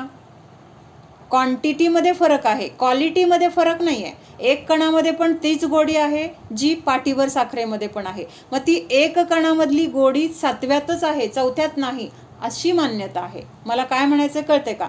म्हणजे हे जर आपल्याला कळलं, ऐकलं आपण, तर आपलं कन्फ्युजन नाही झालं पाहिजे, आपली दृढता असली पाहिजे. त्याच्यासाठी सांगते मी. म्हणजे 4थ्या गुणस्थानात सुरुवात होते म्हणायचं का चारित्र? सुरुवात हो. कशी सुरुवात आहे की आत्म्याला जाणलं म्हणून तिथं स्वरूपाचरण, तिथं व्रत, नियम, संयम हे बाह्य आचरण दिसणार नाहीये. बाहेरून आपल्याला तिथं व्रत, नियम, संयम नसतील. ते कुठं सुरू होणार आहेत? 5व्या गुणस्थानापासून होणार आहेत. 5व्या गुणस्थानामध्ये एखादं जरी आपण व्रत घेतलंय तर तिथं लगेच आपण काय झालो, पंचम गुणस्थानवरती किंवा अणुव्रती किंवा तिथं देशव्रती असं म्हटलं जाईल. पण हे घेऊ शकतो. 4थ्या गुणस्थानात अनुभूती घेऊ शकतो ना? हो, अनुभूती घेऊ शकतो म्हणजे सम्यक दर्शन आहे ना. अनुभूती घेतल्यानंतरच 4थं गुणस्थान होतंय, त्याशिवाय 4थं गुणस्थान होणारच नाही. कळतंय का? म्हणजे 4थ्या गुणस्थानात गेलो आणि मग अनुभूती घेतली असं नाही आहे. अनुभूती घेतली म्हणून आपलं गुणस्थान 4थं झालंय असं आहे. म्हणून तिथं एवढा फरक सांगायचं कारण काय आहे की ह्याच्यावरून मग तिथं जे भेद पडतात, मग आपल्याला असं पण होतं की मग हे खरं का ते खरं. म्हणून आपलं श्रद्धान पक्क पाहिजे. आपल्याला हे लक्षात आलं पाहिजे की काय आहे योग्य किंवा का आहे, नुसतंच काय आहे पण नाही, ते का योग्य आहे ह्याची परीक्षा. म्हणून ह्याला न्यायशास्त्र म्हटलेलं आहे. न्यायशास्त्रामध्ये काय केलेलं असतं, काय आहे ना तत्व, ते तत्व तसं का आहे हे पटवून दिलेलं आहे. त्याची कारणं किंवा कसं, काय, कशासाठी, हे सगळं तिथं काय आहे, सगळं परीक्षा करून त्यांनी आपल्याला सांगितलेलं असतं. आणि ते आपण समजून आपण स्वतः पण परीक्षा करू शकतो. आणि ही परीक्षा आपण करायला पाहिजे. ही परीक्षा जर आपण केली ना, जसं त्या माणसाने त्या रस्त्यावरून चालून तिथं त्याच्या ठिकाणी पोहोचला, जंगलातला माणूस. मग तिथं गेल्यानंतर आता त्याला 100, 1000, लाख लोकांनी सांगितलं की अरे हा रस्ता तुझा चुकीचा आहे, तर त्याचा विश्वास बसेल का? त्याला आता पक्क माहीत झालंय, कारण तो पोहोचलाय ना त्याला जिथं जायचं होतं तिथं. मग लाख लोकांनी सांगितलं म्हणून लाख लोकांचं बरोबर आहे का ह्याचं बरोबर आहे? त्याचंच बरोबर आहे. त्याने अनुभव घेतलाय, कुणाचं तरी ऐकून नुसतं विश्वास नाही ठेवला. त्यांनी स्वतः त्या मार्गावर चाललेला आहे, तिथं पोहोचलेला आहे. तसं हे जर आपण परीक्षा करून आपल्याला हे तत्व लक्षात आलं का, ते समजलं, तर मग लाख लोकांनी आपल्याला सांगितलं की नाही 4थ्यामध्ये स्वरूपाचरण चारित्र नाही आहे, 7व्यामध्ये आहे, तर त्यावेळेस आपल्याला ते लक्षात येणार आहे की नाही हे सांगतायत चुकीचं आहे, कारण 4थ्यामध्ये ते का आहे हे मला माहीत आहे, त्याची परीक्षा, त्याचं ते गणित सगळं मला कळलेलं आहे, आणि हे आपल्याला पक्क होणं गरजेचं आहे. कळतंय? हां ठीक आहे, एवढं एक वाक्य वाचते. हां झालंय हे सबमिट. 4थं गुणस्थान श्रावकाचंच आहे आणि 7वं गुणस्थान मुनींचंच आहे. मग जर 4थ्या गुणस्थानामध्ये श्रावकाचं गुणस्थान असताना त्याला अनुभूती होत नाही म्हटलं तर त्याचं 4थं गुणस्थान राहिलं कुठं? तो पहिल्यात गेला ना. मग अनुभूती होती म्हटलं म्हणून त्याला 4थं गुणस्थान मिळाले. माझ्याकडं हे सर्टिफिकेट आहे 10वीचं, ते दाखवल्यानंतर मला कोण म्हणणार आहे का तुझी 10वी झाली नाही आहे? म्हणणार आहे का? माझ्याकडे प्रूफ आहे ना. तसं मी आता 4थं गुणस्थान मला कधी म्हणणार आहे? 4थं गुणस्थान मिळालंय म्हणून मी अनुभूती घेणार नाहीये. मी अनुभूती घेतली ह्याचं प्रूफ आहे, माझ्याकडे प्रूफ आहे, आणि ते प्रूफ दाखवल्यामुळं मला काय मिळालंय? 4थं गुणस्थान मिळाले. त्याला दुसरं कोणी नाकारू शकलं, नाकारलं लोकांनी, तरी मी अनुभव घेतलाय ना. तो लोकांच्या तिथं मला प्रूव्ह करण्याची, लोकांनी मला ते मानण्याची गरज नाही आहे. अनुभव कुणी घेतलाय? परीक्षा कुणी दिली आहे? मी दिली आहे. त्यामुळं परीक्षा दिलेलं जास्त मला माहिती आहे का लोकांना माहिती आहे? मला माहिती आहे. मग आत्म्याचा अनुभव मी घेतलाय. पण लोकांनी त्याला नाकारलं म्हणून मी अनुभूती घेतली नाही, लोकांनी नाकारलं म्हणून मी आत्म्याला जाणलं नाही, असं म्हणलं तर ते काय आहे? पूर्ण चुकीचं आहे. म्हणून आत्म्याचा अनुभव झाला म्हणून तिथं 4थं गुणस्थान आहे. कळलं का? 4थं गुणस्थानात आल्यानंतर मी आत्म्याला जाणणार आहे असं म्हणलं तरी पण चुकलं. 4थी त्या पायरीवर आपण जाऊच शकत नाही अनुभूती घेतल्याशिवाय. तर प्राथमिक अवस्थेमध्ये आहे. आपण आत्ता काय करतोय माहिती का? आतमध्ये आपल्याला तिथं पोचण्यासाठी आपण मार्ग तयार करतोय. म्हणजे हे सुद्धा जल्प आहेत, हे सुद्धा विकल्प आहेत, किंवा हे सुद्धा शुभभाव आहेत. मी जीव आहे, जाणणार आहे, पण अगोदर हे संस्कारच झाले नाही. डायरेक्ट मला आत जायचं म्हटलं तर नाही होणार. मग पहिल्यांदा ह्या जल्पाचा आपल्याला आधार घ्यावा लागणार आहे, ध्यानसूत्रांचा आधार घ्यावा लागणार आहे, आणि ह्या आधाराच्या द्वारे एक दिवस आपण निर्विकल्प अवस्थेला प्राप्त होणार आहे. मग तिथं हे जल्प पण असणार नाहीत, फक्त एक जाणीव असणार आहे की आत्म्याची, माझं ज्ञान, मी, माझं अस्तित्व. आपल्याला कळतं की नाही? आता बाहेरच्या गोष्टींचा आपल्याला अनुभव येतो की नाही? असं इथं चिमटा काढला, मग हे चिमटा काढलेलं ज्ञान झालं की नाही? कुणाला झालं? शरीराला झालं का? जीवाला वेदन झालं, जीवानी जाणलं, कुणीतरी हाक मारली, शरीराला कळलं का जीवाला कळलं? त्या जीवामध्ये असलेल्या ज्ञानाने ते जाणलं की मला कुणीतरी हाक मारली, मला इथं पोळलं, त्या ज्ञानाने जाणलं. मग एक वेळ अशी येते की हे तर बाहेरचे विकल्प आहेत, म्हणजे तिथं जाणते ज्ञान. मग त्या जाणणाऱ्या ज्ञानाचं तिथं आपल्याला काय होतो? अनुभव होतो. आणि तो अनुभव म्हणजेच आत्म्याचा अनुभव, तेच स्वरूपाचरण चारित्र, तेच 4थं गुणस्थान म्हटलेलं आहे. असताना तिथं एक अशी निर्विकल्प अवस्था येते जिथं जल्प पण नाहीत. जल्प म्हणजे आपण म्हणतो ना मी ज्ञायक स्वरूपी आहे, मी जाणणार आहे, हे जल्प झाले किंवा विकल्प म्हणतात त्यांना. मग ह्या विकल्पांना सुद्धा तिथं काय होतं? म्हणजे नसतात ते विकल्प, पण बाहेरचे तर जाऊ दे, पण हे पण विकल्प नसतात. आणि एक स्वतःची अनुभूती, ज्ञान जाणण्याचं तर काम करते. मग फक्त त्यावेळेस स्वतःच्या आत्म्याला जाणण्यामध्ये तिथं त्याचं काय आहे? लक्ष आहे, किंवा आत्म्यामध्ये ते ज्ञान लागलेलं आहे, निर्विकल्प ज्ञान आहे. त्यावेळेस तिथं काय म्हटलेलं आहे? आत्मानुभूती झाली. माताजींच्या प्रवचनातले अंश. प्रभु दर्शन से तीर्थंकरादी उत्तम पुण्य प्राप्ती होती है, किंवा परंपरेने आपल्याला खऱ्या सुखाची प्राप्ती होते. असाधारण अक्षय सुखनिधी अशा मोक्षाची प्राप्ती होते. ह्या मोक्षामध्ये काय आहे तर अविनाशी स्वतंत्रता आणि स्वाधीनता. म्हणजे स्वतंत्रता आणि स्वाधीनता सुद्धा कशी आहे? अविनाशी म्हणजे कधीही नष्ट न होणारी आहे. म्हणून काय सांगितलंय की माझा आत्माच खरं उत्कृष्ट आयतन आहे. आयतन म्हणजे काय? योग्य स्थान. योग्य स्थान म्हणजे जिथं पापक्रिया नसतात, जिथं देवशास्त्र गुरूंचं सान्निध्य आहे, सांसारिक क्रिया किंवा कषाय ह्यांचा तिथं काय आहे तर अभाव आहे, अशा ठिकाणाला आयतन म्हटलंय. मग असं खरं आयतन कुठं आहे? बाहेर नाही आहे, तर माझा आत्माच खरं उत्कृष्ट आयतन आहे. भगवंतांच्या निमित्तात मला माझ्या स्वरूपाचे भान आले. काय भान आले? भगवंतांना बघितल्यानंतर अरे हे माझं असंच रूप आहे किंवा मी असाच आहे. आपण ह्या संसारात रोजच्या क्रिया करताना विसरून जातो ना की माझं रूप काय आहे. मी ह्या प्राप्त जे काही नाव असेल, जी काही आपली आई, मुलगी किंवा सासू, सून, हे जे काही आपली ओळख असेल, तर त्याच्यामध्ये आपण स्वतःची खरी ओळख विसरलोय. मग ही ओळख आपल्याला परत होण्यासाठी किंवा त्या ओळखीची परत आपल्याला आठवण होण्यासाठी आपण भगवंतांकडे जातोय. आणि भगवंतांना बघितलं की मला माझ्या स्वरूपाचं भान आलं. जसं एक उदाहरण दिलंय की हातामध्ये सोनं आहे आणि ते हातामध्ये सोनं असताना मला डुलकी लागली आणि परत थोड्या वेळाने जाग आली आणि ती हातामध्ये सोनं आहे हे विसरूनच गेले. झोप लागली होती पण सोनं हातामध्ये ठेवून झोप लागली, परत जाग आल्यानंतर सोनं आहे का नाही हे लक्षात नाही आहे. आणि समोर कुणाच्या तरी हातामध्ये किंवा त्यांच्या अंगावर सोनं दिसलं आणि ते सोनं दिसल्यानंतर मला माझं सोनं कुठे अशी आठवण आली आणि मग मी उघडून बघितलं तर ते माझ्या मुठीमध्ये सुरक्षित होतं. तसं आपण ह्या संसारात झोपलोय म्हणजे काय? स्वतःला विसरलोय किंवा त्या सोन्याला विसरलोय म्हणजे आपल्या आत्म्याला विसरलोय. आणि मग बाकीच्या क्रिया करतोय आणि मग अचानक भगवंतांना बघितल्यावर अरे माझा पण आत्मा आहे असं त्या सोन्याची जशी आपल्याला आठवण आली तशी आत्म्याची आठवण येणार. मग ते आत्मा हा आहे माझ्याजवळ असं तिथं आपल्याला भान होणार असं सांगितले.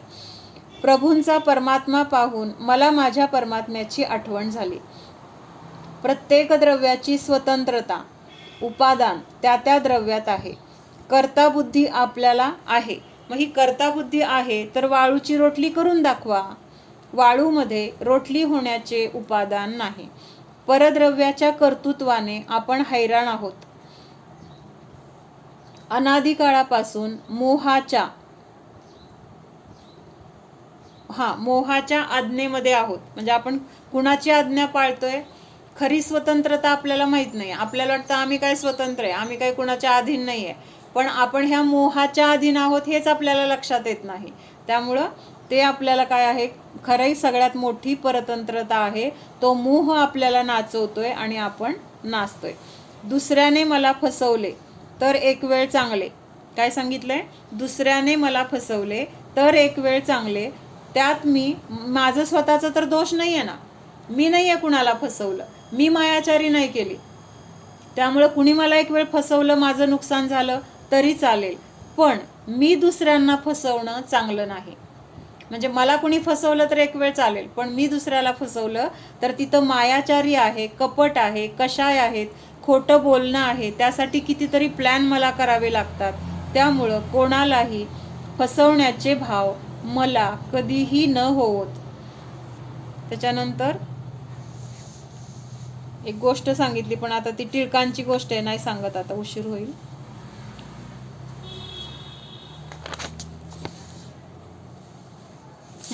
अजून एक म्हणजे आता हे मी मधले पॉइंट्स लिहिलेले असतात ना, तुम्हाला सलग लिंक नाही लागणार. आता एक पॉइंट त्यांनी दिले, तेच संवेगला येतं बरोबर. फिल्टर, आता घरामध्ये काय फिल्टर आहे, मग पाणी गाळायची काय गरज आहे असं वाटतं सगळ्यांना, पण फिल्टरमधून पाणी गाळून येत नाही. फिल्टरमधून पाणी गाळून येतं हा सगळ्यात मोठा गैरसमज आहे. त्यामुळं तिथं अनेक त्रस्त जीवांची हिंसा होते. मग माझ्या शरीरासाठी, माझ्या इच्छेसाठी मी त्या त्रस्त जीवांना का मारायचं? कदाचित मी पाणी गाळलं, त्यांची सुरक्षा केली किंवा त्यांना त्यांच्या जिथून ते पाणी घेतलं तिथं नेऊन त्या जीवांना सोडलं तर त्यांची सुरक्षा झाली. म्हणजे त्यांचे परिणाम तिथं आपल्या कुटुंबात राहिल्यानंतर त्यांना काय कषायामध्ये तीव्रता नाही आहे, कषायांची मंदता आहे आणि कदाचित ह्या कषायाच्या मंदतेने त्यांना पुढच्या भावामध्ये चांगला जन्म मिळून सम्यक दर्शनाची प्राप्ती होऊ शकते, त्यांचा धर्मामध्ये त्यांचा विकास होऊ शकतो. त्यामुळं आपण त्यांची रक्षा करणं गरजेचं आहे. माझ्या शरीरासाठी, जिभेसाठी त्यांनी का मरायचे? मग एक राणी होती आणि राणी त्यांच्या दरबारामध्ये जो पंडित असतो तर तो अतिशय उद्धट असतो आणि त्या राणीला त्याचा उद्धटपणा वगैरे आवडत नसतो. पण त्या राजाचा तो काय असतो, म्हणजे राजाची मर्जी असते त्याच्यावर. मग एक दिवस एक नवीन कुठला तरी पंडित राणीच्या लक्षात येतं की आणखीन एक पंडित आहे आणि तो खूप विनयी आहे, म्हणजे लहान आहे पण त्याच्याकडे खूप विनय आहे, ज्ञान आहे वगैरे. मग ती राजाला काय म्हणते की तुम्ही त्याला ठेवा पंडित म्हणून, ह्या पंडिताला काढा, हा खूप उद्धट आहे वगैरे. पण राजा काही तिला विरोध करतो आणि मग शेवटी राणी हट्टच धरते. तेव्हा मग त्या दोघांमध्ये पैज लागते. राणी म्हणते तुम्ही त्या पंडिताला ठेवा, त्या पंडिताला बोलवा आणि आपल्या ह्या पहिल्या पंडिताशी त्याची काय करा, चर्चा किंवा वादविवाद अशी स्पर्धा करा आणि त्याच्यामध्ये जर जो जिंकेल त्याला ठेवायचं. आणि समजा हा लहान पंडित जो आहे तो जिंकला तर तुम्ही त्याला अर्ध राज्य द्या आणि समजा तो पंडित जिंकला जो आत्ता नेहमीचा उद्धट आहे तो, तर मी स्वतः दासी म्हणून राहते, माझं हे पट्टराणीपद मी सोडते आणि मी दासी म्हणून राहणार, असं त्यांचं काय ठरतं. मग त्याच्यानंतर त्यांचं काय होतं, ती सगळं जुळं होते. मग तो पंडित, छोटा पंडित आहे ना, सभेत येतो. आल्यानंतर तो सगळ्या सभेला अगदी विनयाने अभिवादन करतो आणि त्याचं ते अभिवादन बघूनच काय होतं, त्या सगळ्या लोकांची मनं जिंकली जातात. म्हणजे सगळ्यांना ते छान वाटतं, कारण हा नेहमीचा पंडित कसा असतो, उद्धट, मी श्रेष्ठ, तुम्हीच मला नमस्कार करा वगैरे असं. सगळ्यांची मनं त्याने जिंकली. मग त्याच्यानंतर त्यांची वादविवाद स्पर्धा झाली, त्याच्यामध्ये छोटा पंडित जिंकला. आता राजाला पण ते मान्य झालं आणि तो राज्य द्यायला तयार झाला. म्हणजे राणी विचारते आता खरंच तुम्ही राज्य देणार का त्याला, म्हणजे तिला वाटत असतं की राजा देणार नाही वगैरे.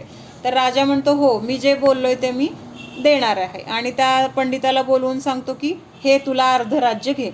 मग तो म्हणतो की मी अर्ध राज्य किंवा ही धनसंपदा ह्याच्यासाठी मी, माझं ज्ञान नाही आहे, मला माझ्या स्वतःची आत्मसाधना करायची आहे, त्याच्यासाठी मला माझं ज्ञान आहे. मला हे राज्य किंवा हे काय तुमचं धन वगैरे काही नको, ते तुम्हालाच राहू द्या. म्हणजे त्याची किती सरलता होती. म्हणजे पहिला जो उद्धट होता त्या उद्धटतेमुळं त्याचं सगळं ते पद वगैरे गेलं. म्हणजे विनय आणि सरलता किती आपल्याला फायद्याची आहे